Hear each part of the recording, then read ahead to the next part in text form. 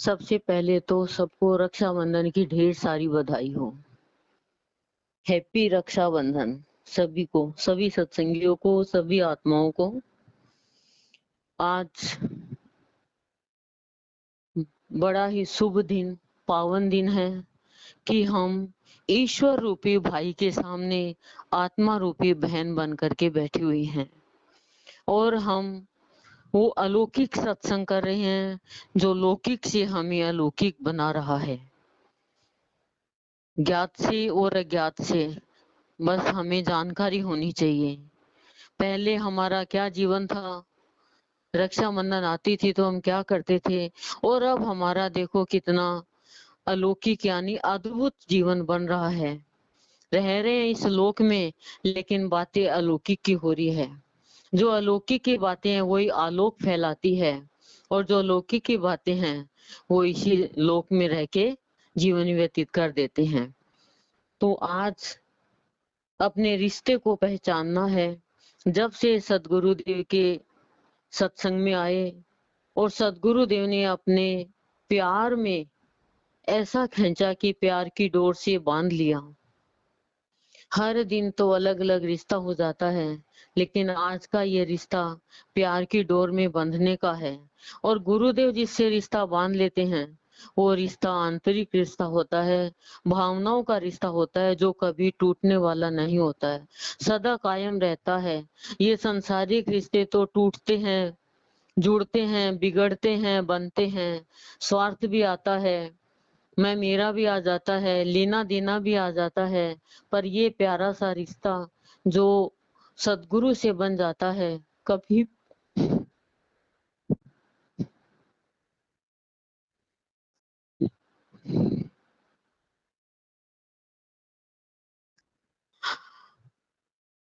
कभी भूल होने नहीं देते और भूल डालने भी नहीं देते, भुलाने भी नहीं देते। ऐसा रिश्ता है ये जिसमें कोई डर नहीं, कोई चिंता नहीं, कोई परेशानी नहीं, बस आनंद ही।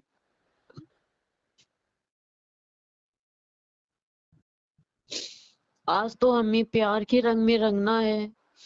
बार बार एक ही लाइन याद आ रही है कि प्यार के रंग में बंधने आई तुम्हारी भाव योगिनी, भावों के रंग में बंधने आई।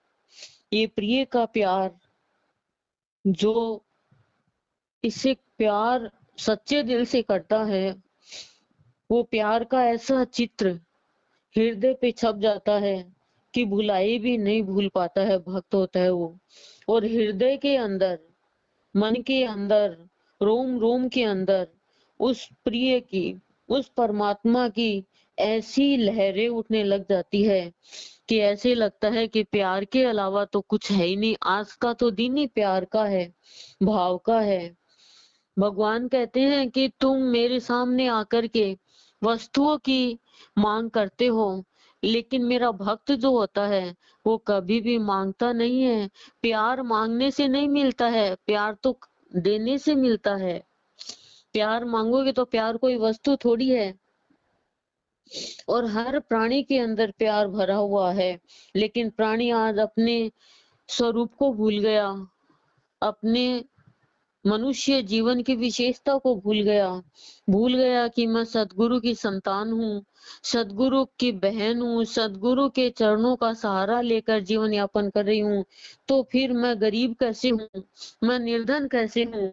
वो बार बार भगवान से यही कहता रहता है भक्त कि हे भगवान, जैसे तू धनी है, जैसे तू ज्ञानी है, जैसे तू अलौकिक अद्भुत भाव वाला है, ऐसे ही मेरा जीवन बना दे।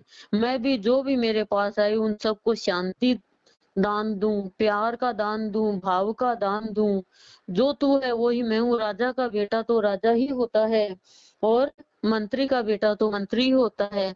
आज तक हम मंत्री के चक्कर में थे यानी मन के चक्कर में, दुनिया के चक्कर में, लेकिन अब हम जगतपति के चक्कर में पड़े हैं, तो हमें माया के चक्कर से बचना आ जाएगा। नहीं आया है तो आ जाएगा।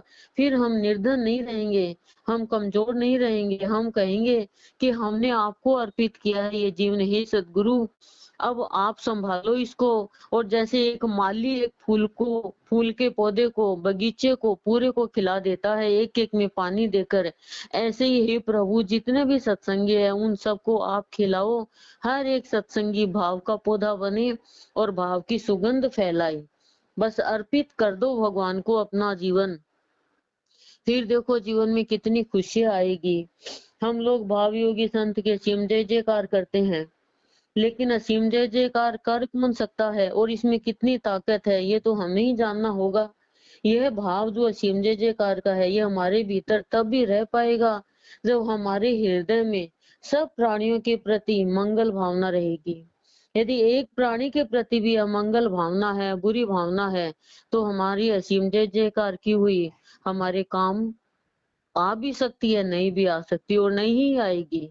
असीम जय जयकार से प्राणी के अंदर भावना में मंगल का भाव आता है सबके प्रति, तभी काम आएगी। और हमारे अंदर मंगल कामना की भावना रहने से हमारे अंदर इतनी मानसिक शक्ति आ जाती है कि हमारे अंदर सबको प्रसन्नता देने का भाव पैदा हो जाता है। और प्रसन्नता के भाव को जो हमारे अंदर पैदा हुआ है वह भाव हम भाव योगी संत के तो जय जयकार करते ही हैं, और भाव योगी संत के भक्तों की असीम जय जयकार करके भी हमें तरोताजा रखने में इतने सक्षम बना देंगे भाव योगी संत, या हम बन जाएंगे कि फिर हमारे अंदर आनंदमय जीवन व्यतीत करने का भाव रहने लग जाएगा। क्योंकि भगवान में और भक्त में अंतर नहीं है ज्यादा। जो जिन्होंने भगवान के भक्तों की और साथ किया है, भगवान के भक्तों को अपने पास में रखा है, भगवान उसके नजदीक आकर के उसका भी भला करते हैं। किसी के भी भक्त को देख लो आप, सूरदास जी को देख लो, तुलसीदास जी को देख लो, सबरी को देख लो, है ना, सुदामा की तो हम बात करते ही करते हैं। भगवान अपने भक्तों पर हर पल नजर रखते हैं और वो अपने भक्त को बाल विवाह का नहीं होने देते हैं, चाहे कहीं भी हो। आप द्रौपदी को देखो, सता रहे हैं लेकिन भगवान हर पल रक्षा कर रहे हैं। प्रहलाद को सता रहे हैं, भगवान रक्षा कर रहे हैं। नहीं रक्षा करे क्या?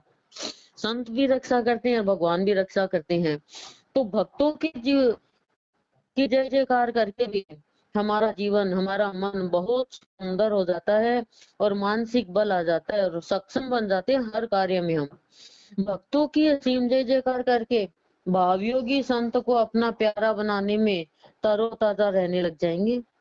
क्योंकि माँ तो एक बच्चे से ज्यादा प्यार करती है और उसके बच्चों को जितना प्यार करेंगे उतना वो माँ खुश होगी। तो ऐसे भावयोगी भक्त होता है, भावयोगी संत का आंतरिक बच्चा होता है, प्यारा बच्चा होता है।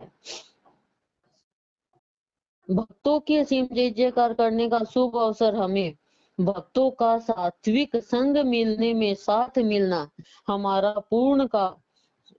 हमारा पूर्व का यानी पहले का जो प्रारब्ध है वो पुण्य कर्म का स्पष्ट संकेत बन गया है। नहीं तो भक्तों का संग तो चाह कर भी नहीं मिलता है। अभक्तों का मिल जाएगा, संसारियों का मिल जाएगा, दुष्टों का मिल जाएगा, है विकारों से भरे का संग मिल जाएगा, लेकिन भक्तों का संग मिलेगा नहीं। मिलेगा तो छूट जाएगा आपसे। ले तो पुण्य कर्म और संतों की कृपा से मिलता है। और हमारा सत्संग, हमारा प्राण जब बन जाएगा तब हमें सत्संग के माध्यम से जो प्रसन्नता की प्राण वायु मिलेगी, तो हमारे दिल की भक्ति की कली को खिलने से कोई भी रुकावट पैदा नहीं कर पाएगा। रुकावट कोई प्राणी पैदा नहीं कर पाएगा, यह भाव नहीं है। रुकावट को विकार जो हमें भक्ति की प्रगति में रोकना चाहते हैं वे रुकावट पैदा नहीं कर पाएंगे। आप समझ रहे होंगे कि किसी में ताकत नहीं है रोकने की भक्त को। प्राणी के अंदर जब खुद के अंदर विकार आ जाता है, गलतियां करता है, भूल करता है, तब उसके अंदर वो विकार ही रुकावट पैदा कर देते हैं भाव प्राप्ति में, सत्संग प्राप्ति में, संग में, सत्संग में, इनमें।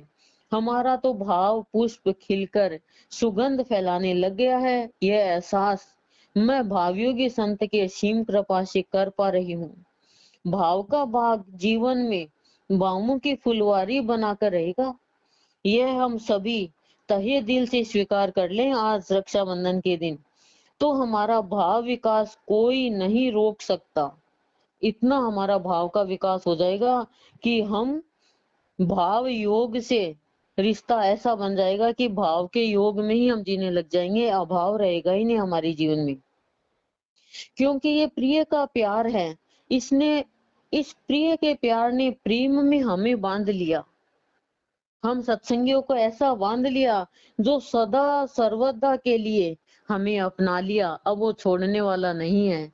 छोड़ेगा, छूटेगा जब ही, वो नहीं छोड़ेगा, छूटेगा जब ही जब हम प्राणियों के अंदर कोई विकार आ जाएगा, कोई अभाव आ जाएगा और उनके भक्तों के प्रति द्वेषता आ जाएगी, उनके भक्तों के लिए बुरी भावना आ जाएगी, उनके भक्तों के लिए बुरा विचार आ जाएगा, तो स्वतः ही छूट जाएगा प्राप्त किया हुआ भी।